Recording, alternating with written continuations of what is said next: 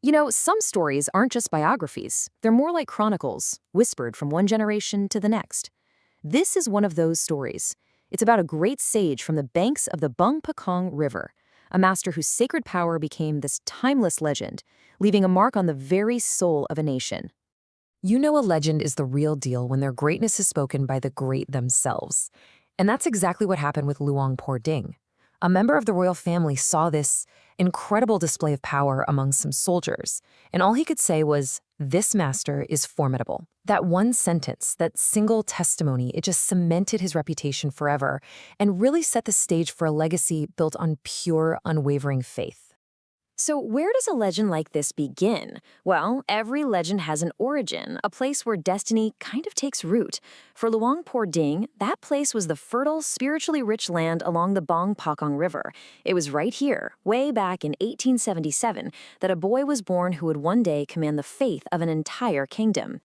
From his very first days, you could just tell his path was completely intertwined with the spiritual heart of his home, a place called Wat Bang Wua.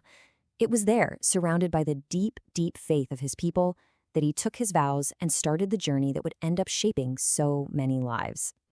And get this, in 1900, after just 3 years as a monk, the community's trust in him was so absolute, so profound, that they called him back to become the abbot of Wat Bang Wua.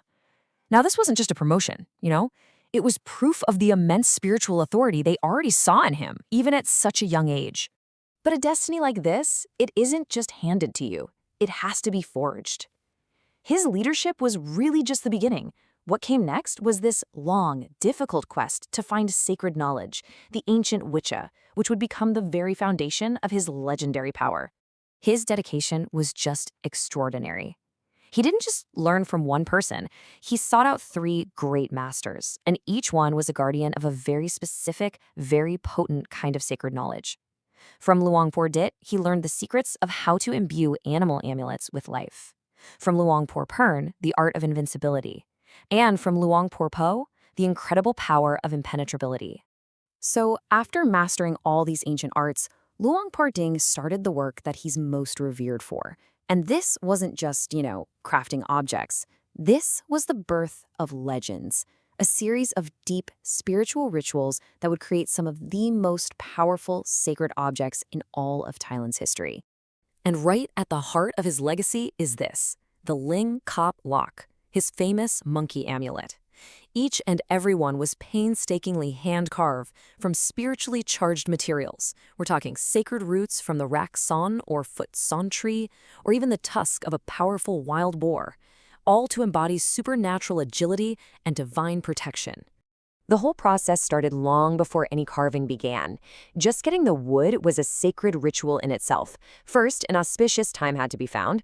The person harvesting had to wear pure white robes, and get this, their own shadow could never, ever touch the tree. And the whole time, secret mantras were chanted without a single pause. This wasn't just collecting wood, it was like they were gathering sanctity itself. And this brings us to the most legendary part of the whole ritual. The rule for consecration was simple as it was miraculous. The master would chant, pouring all his spiritual energy into the amulets until they physically came to life and literally leaped out of the consecration bowl on their own. I mean, just look closely at this amulet. You can see the marks of time, the patina of almost 100 years of faith. Now imagine this tiny figure, filled with so much spiritual energy that it could move, that it could actually jump. This wasn't just a symbol. It was seen as a vessel of living power. In 1940, he held one of the most powerful consecration ceremonies anyone had ever seen. He gathered weapons of war, guns, knives, swords, and covered them all with a tiger skin. Then he sat right on top of this symbol of dominance and channeled his spiritual power. It was this profound ritual that signified the absolute triumph of the sacred over worldly violence and danger. And it wasn't just the monkey. He created another masterpiece, the Luk Om Jet's Paya Chang San. These sacred beads were made from holy powders, even grime from 7 sacred sites, and were believed to give the person who carried them the power and might of 7 great elephants. It's really no surprise they're considered one of the top 5 power beads in the entire country. So creating these incredible sacred objects was only the beginning. Now let's talk about the proof of their power and the incredible compassion of the man who made them. Oh yeah, the tales of their power became total legend.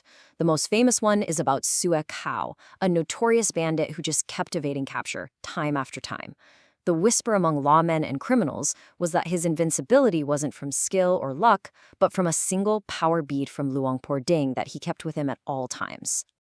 But here's the thing that really defined him. All of this immense power was perfectly balanced by an even greater mercy. Luang Pho Ding was the community's beloved medicine man. He used his deep knowledge of herbal remedies to heal the sick and soothe their suffering, and he never once asked for a single thing in return. His might was for protection, but his heart was for healing. So when Luang Pho Ding passed from this world in 1952, he didn't just vanish. It's more like he passed into legend, his spirit and his sacred works becoming this immortal, timeless part of Thailand's spiritual landscape. You can really trace his whole journey through these key moments, from his birth in 1877 to becoming abbot when he was only 23, to creating his famous coins and holding that great consecration in 1940. Each date just marks another step on his path to becoming the great sage of the Bang Pakong.